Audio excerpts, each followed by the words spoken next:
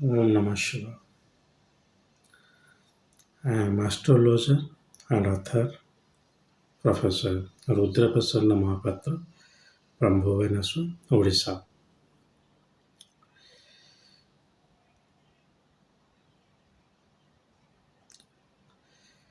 Today I will tell you on a topic which is now really emerging. Some leading astrologers of India, they are focusing on it, and few are claiming it is also written in classics. Well, I am not sure, but on a practical basis, on my own research, I want to put my view on this. That is, transit in Navamsha. So, what the proposition now is going on? Actually, I was watching it, so I think that just to make one video. In the Lagna Kundali, if a planet is posited in Mesha Rasi and in the Navamsha, it is in the Navamsha of Dhanu. That means in the Navamsha Kundali, the planet is posited in the Dhanu Rasi. Then during its transit over Mesha, it will have an impact. During its transit over Dhanu, it will have an impact. I think you get my point. It's like a planet uh, is now given the dual lordship in two different kundali. Uh, let's see how it's practically is like if a planet is occupying the fifth house in the horoscope Lagna Kundali, also occupying the 10th house of the Lagna Kundali. That planet is definitely ruling both the houses. That means if Jupiter is in the 10th house, you will see that person will be highly involved in these development programs or want to go for a regular upgradation of his career while learning.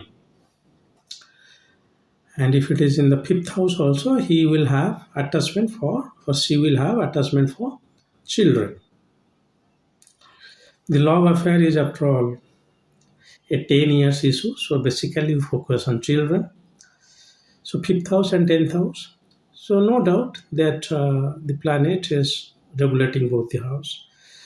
And the other proposition is if the 10th house in the Navamsa, which I normally focus, is the uh, 12th house of D1, then the person has the chance to work abroad.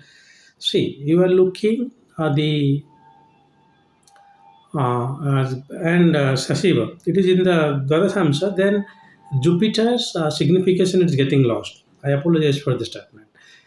Had it been in Lagnesha, then it is okay. So Jupiter's signification is getting lost.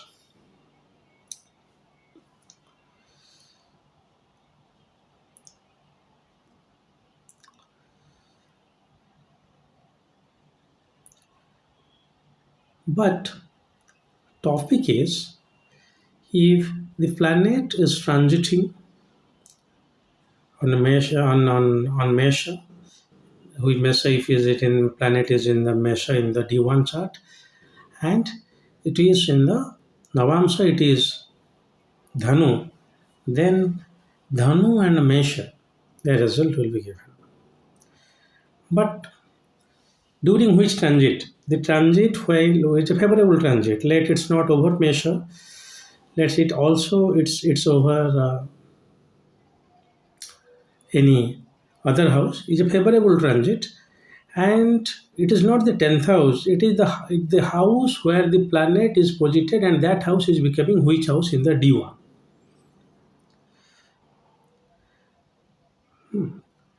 So again, let me give you an example.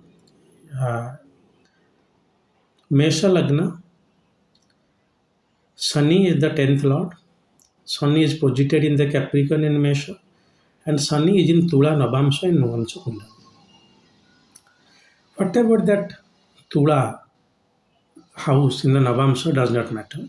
But Tula is the 7th house in the Lagna Kundali because it is Mesha Lagna. During the favorable transit of a Saturn, Saturn is expected to give the result of Capricorn, that is the 10th house, and Libra, that is the 7th house for the native. This is the proposition going on. Normally, people don't look for the Navamsha, but now some leading astrologers of India they are saying that please look for the Navamsha to see that which is the other house where the planet is posited. Logically, I find it is okay that two houses in the Lagna Kundali are getting activated by the presence of that planet. But honestly, I have not applied it in my own practice, and thing is that two rasis are getting activated. The Rasi where the planet is posited in the Lagna Kundali and the planet is posited in the Navamsha Kundali. Now, it is very difficult to count the Veda and the Viparita Veda. We normally count the Veda and the Viparita Veda from the Chandra Lagna of the Lagna Kundali. Suppose from the Rasi, Saturn is transiting in the third house. Very good. If just an opposite, that is from the third to ninth. In the ninth house, Mars is transiting, then it is Bedha is happening for that 145 days. Once Mars covers up, then now the Veda is getting cancer.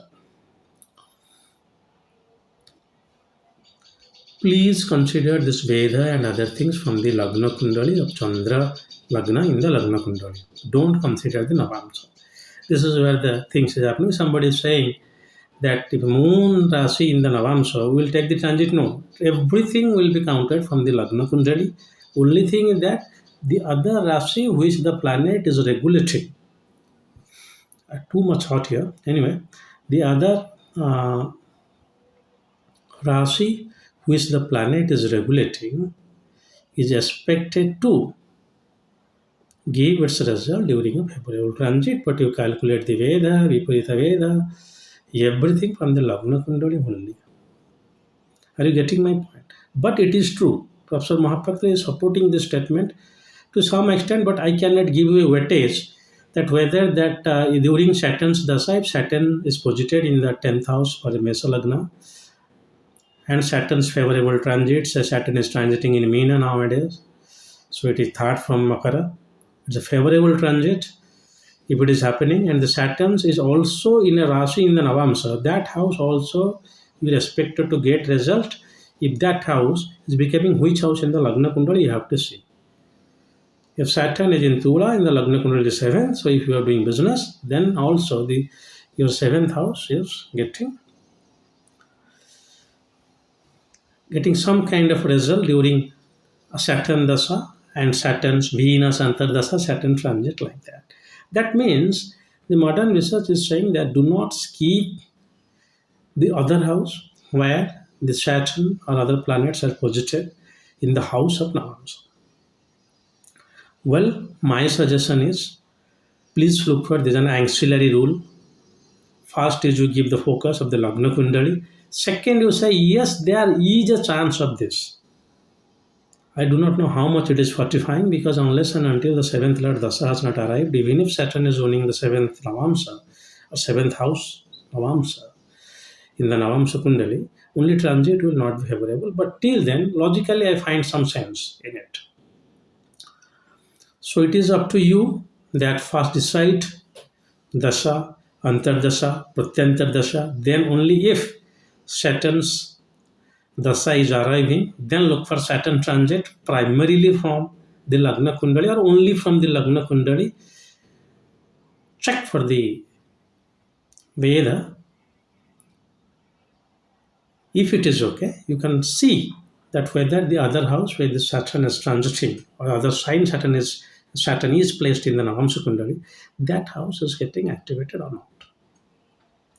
So it is open for discussion and research, not a complete rule to take over. One new research where more pondering and applications are necessary. So I think that I must put my view on this. Yes, logically it is fine, but weightage should be less. Weightage should be less. First weightage is where Saturn is posited in the Lagna Kundali.